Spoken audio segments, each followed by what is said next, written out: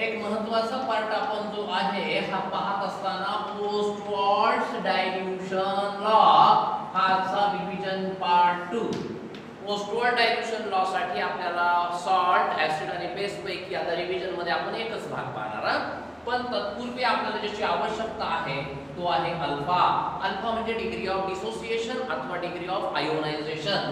मी एकूण 7 मॉलिक्यूल घेतले आणि 7 पैकी 2 चे जर आयन तयार झाले, 7 म्हणजे एकूण घेतलेले, 2 म्हणजे आयन तयार झालेले, तर मॅथमॅटिक्सच्या भाषेनुसार हा आहे फ्रॅक्शन. हा फ्रॅक्शन कुणाचा आहे?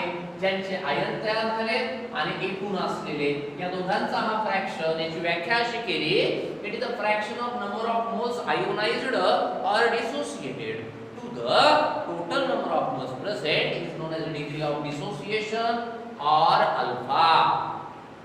जर आपल्याला पर्सेंटेज डिसोसिएशन काढायचं असेल तर अल्फा * 100 या भागाला आपण पर्सेंटेज डिसोसिएशन काढू शकतो. इथे एक टर्म आली के म्हणजे डिसोसिएशन कॉन्स्टंट. आता काय झालं, समजा हा ऍसिड Ha याचे आयन तयार झाले H+ आणि K-. आयन तयार झाल्याच्या नंतर तिथे एक इक्विलिब्रियम स्टेट होप केला जातो आणि या वेळेला ही क्रिया डिसोसिएशनची आहे. The constant at equilibrium for the dissociation reaction is known as a dissociation constant. आणि अशा पद्धतीनं के हा सॉल्टचा आहे, के ऍसिडचा आहे, के बेसचा आहे, KW हा वॉटरचा आहे. अशा प्रकारचे डिसोसिएशन कॉन्स्टंट जे आहेत हे इथे दिल्या जातात. आता आपल्याला पोस्टवर्ड्स डायल्यूशन लॉ मध्ये ऍसिड, बेस आणि सॉल्ट अशा 3 भागाला जायचं नाहीये. मी ते डिटेल तुम्हाला शिकवलंय. रिव्हिजन मध्ये मी फक्त एकच भाग घेणार आहे. Let us consider 1 mole of salt BA dissolved in 1 liter of water. Let alpha is the degree of dissociation and K is the dissociation constant. काय म्हणतो? BA नावाच्या सॉल्टचा एक मॉलिक्यूल 1 लिटर पाण्यामध्ये डिसॉल्व केल्याच्या नंतर अल्फा ही त्याची डिग्री ऑफ डिसोसिएशन असेल आणि K हा त्याचा डिसोसिएशन कॉन्स्टंट जर असेल तर आपण पहिली अवस्था इनिशियल मोल हा BA. आता जर पाणी टाकलेलंच नसेल तर हा 1 आहे आणि याचे आयन जे आहेत B+ आणि A- ते 0 आणि 0 असतील. पण ज्या वेळेला पाणी टाकलं आपण आणि पाणी टाकल्यावर इक्विलिब्रियम आलं, त्याला नाव दिलं आपण कॉन्सन्ट्रेशन ॲट इक्विलिब्रियम. मग आता आयन तयार होण्याचं प्रमाण किती सांगितलं तुम्ही? Alpha alpha alpha. मग शिल्लक किती उरलं? 1 - अल्फा. मग आता concentration at equilibrium per V लिटरचा विचार केला तर 1 - alpha by V alpha by V alpha by V चा अर्थ काय होतो? V लिटर मध्ये अल्फा एवढ्या प्रमाणात निगेटिव्ह आयन आहेत, V लिटर मध्ये अल्फा एवढ्या प्रमाणात पॉझिटिव्ह आयन आहेत, V लिटर मध्ये 1 - अल्फा एवढे अनडिसोसिएटेड पार्ट आहेत. मग इक्वेशन नंबर 1 जो आहे याला जर मी law of mass action apply केला तर मी डिसोसिएशन कॉन्स्टंट K लिहू शकतो. K = concentration of B+ into concentration of A- upon concentration of BA. लक्षात घ्या, law of mass action B+ A- BA. आता व्हॅल्यू सबस्टिट्यूट केल्या. B+ कुठे आहे? हा B+. हे कॉन्सन्ट्रेशन, ही व्हॅल्यू आली alpha by B into alpha by B upon 1 - alpha by B. आलं लक्षात? Concentration at equilibrium per V litre. V कटले, आपल्याकडे आला alpha square upon B into 1 - alpha equals to K.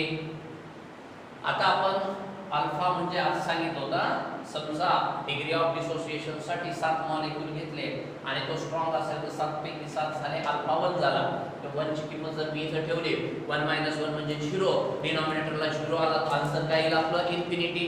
म्हणजे आन्सर आपल्याला मिळणार नाही. म्हणून आपल्याला स्ट्रॉंग घ्यायचा नाहीये, आपल्याला कसा पाहिजे आहे? वीक. पण वीक साठी 1 - अल्फा जवळपास इक्वल्स टू 1. म्हणून K = alpha square upon B. This is the Ostwald's dilution law. Simple. But 1/B बरोबर आहे C. Therefore K = alpha square into C. आणि अशा पद्धतीनं पोस्टवर्डनं हा लॉ दिला.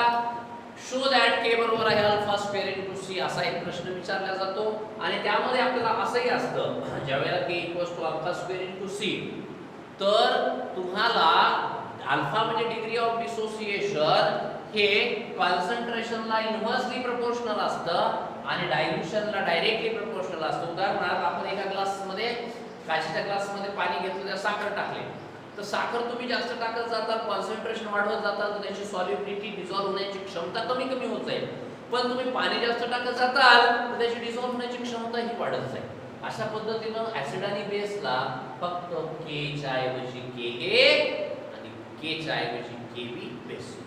हा झाला आपला आजचा पोस्ट-वॉर्ड्स डायल्यूशन लॉ. आता या पोस्ट-वॉर्ड्स डायल्यूशन लॉ नंतर आज आपण ज्या पुढच्या पॉइंटला जाणार आहोत, हा एक महत्त्वाचा पॉइंट आहे आणि तो आहे सोरेन्सनने दिलेला, त्याचे आपण न्यूमेरिकल्स देखील आपण घेतले, तरी हा सेक्शन आज आपण कंप्लीट करणार आहोत. आणि हा आहे पीएच आणि pOH. PH equals to negative logarithm to the base 10h plus आणि pOH equals to negative logarithm to the base 10OH minus. व्याख्या ही त्याच्या फॉर्म्युल्यामध्ये आहे. बघा पीएच म्हणजे काय? It is the negative logarithm to the base 10 of molar concentration of H plus ion in the solution. POH.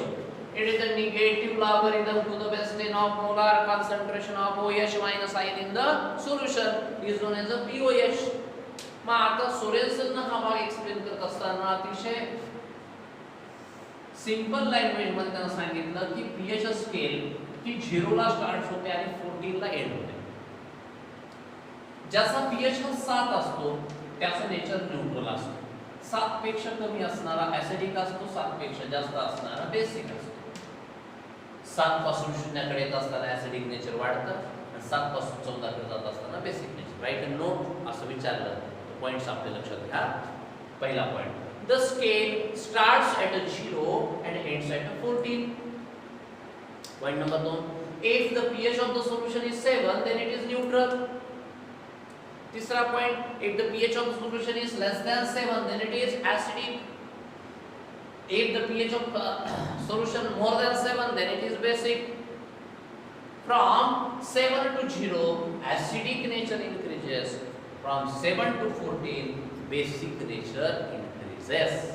असा आपल्याला pH वरती हा प्रश्न विचारला जातो. आणि यानंतर पुढचा एक पॉइंट आपल्यासाठी महत्त्वाचा असतो आणि तो पॉइंट आहे show that pH plus POH equals to 14. आपल्यासाठी एक महत्त्वाचा पार्ट आहे आणि हा भाग दाखवत असताना प्रामुख्याने लक्षात ठेवा काही प्रॉपर्टीज आपण अभ्यास करत असताना डिसोसिएशन कॉन्स्टंट ऑफ वॉटर. तर हा H2O, हा H2O बरोबर आहे H प्लस अधिक OH मायनस. लक्ष द्या, law of mass action apply केला तर K बरोबर आहे कसा लिहायचं लक्षात आलं का? याचा कॉन्सन्ट्रेशन इनटू याचं कॉन्सन्ट्रेशन अपॉन याचं कॉन्सन्ट्रेशन. पण 10,000 एखाद्याच पाण्याच्या मॉलिक्युल्सचं डिसोसिएशन होतं म्हणून हा जो आहे हा कॉन्स्टंट आहे, तर बदल होत नाही ना. मग K इनटू कॉन्स्टंट बरोबर आहे H plus into OH minus. मग कॉन्स्टंट आणि कॉन्स्टंटला आपण एक नवीन कॉन्स्टंट दिला Kw बरोबर आहे concentration of H plus into concentration of OH minus. आणि मग एक नवीन कन्सेप्ट आला dissociation constant of water. Actually जर पाहिलं तुम्ही H प्लस आणि OH मायनस हे आयन आहेत, मॅथमॅटिक्स नुसार हा प्रोडक्ट आहे आणि म्हणजे dissociation constant of water is nothing but the ionic product of water. हा कन्सेप्ट आला असतो. पण एक 298 केल्विनला Kw जो आहे याची व्हॅल्यू 1 × 10 टू द पॉवर -14. 1 नाही घेतलं तरी चालेल, म्हणजे मला ते डिराइव्ह करण्यासाठी आवश्यक होतं. मग आपण पहिलं काय दिलं, Kw is equals to H concentration of H plus into concentration of OH minus. Equation number 1. दुसरा इक्वेशन काय दिलं आपण but at 298 kelvin Kw is equals to 10 to the power -14. Equation number 2. दोन्ही इक्वेशनच्या लेफ्ट साइड सारख्या आहेत, त्याचा अर्थ दोन्ही इक्वेशनच्या राइट साइड आपण सारख्या लिहू शकतो. H plus into OH minus equals to 10 to the power -14. ठीक है, taking log on both side, taking log on both side. log of base 10 h plus property काय m into n log of m plus log of n plus log of base 10 oh minus equals to log ची property पहा m to the power n minus 14 into log of base 10 10 आला log of 10 म्हणजे किती 1 मग log of base 10 h plus log of base 10 oh minus बरोबर आहे minus 14 आपल्याला plus 14 पाहिजे मग निगेटिव्ह ने मल्टिप्लाय केलं मायनस मायनस आला प्लस पण आता थोड्या वेळापूर्वी आपण व्याख्या पाहिली होती की negative logarithm to the base 10 of molar concentration of H plus म्हणजे कोण pH negative logarithm to the base 10 of molar concentration of OH minus म्हणजे कोण pOH इक्वल्स टू 14 आणि अशा पद्धतीने हा एक महत्त्वाचा पार्ट हा प्रामुख्याने इथे तुम्हाला पाहायला मिळाला लक्षात घ्या शो दॅटच्या स्वरूपामध्ये असणारा हा जास्त रिवाइज करत नाही याच्यामध्ये आपण न्यूमेरिकल सेक्शनचा वापर करत असताना काय भाग वापरला होता आणि कसा वापरला होता हा 1-2 मिनिटांमध्ये पाहूया आपण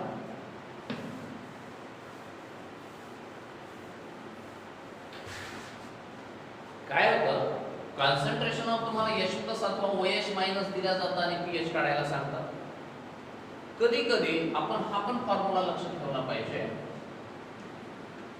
ही व्हॅल्यू आहे आता आपल्याला सांगितलं concentration of H plus ion हे 10 टू द पॉवर -5 आहे तर आपण 10 to the power -5 into concentration of OH minus equals 10 to the power -14 तर आपलं उत्तर असेल कॉन्संट्रेशन ऑफ OH मायनस बरोबर 10 to the power -9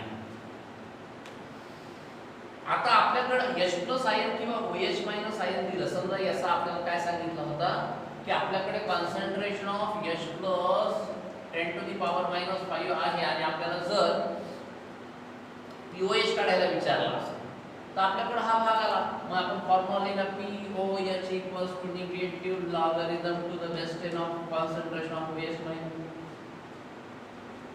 value substitute केली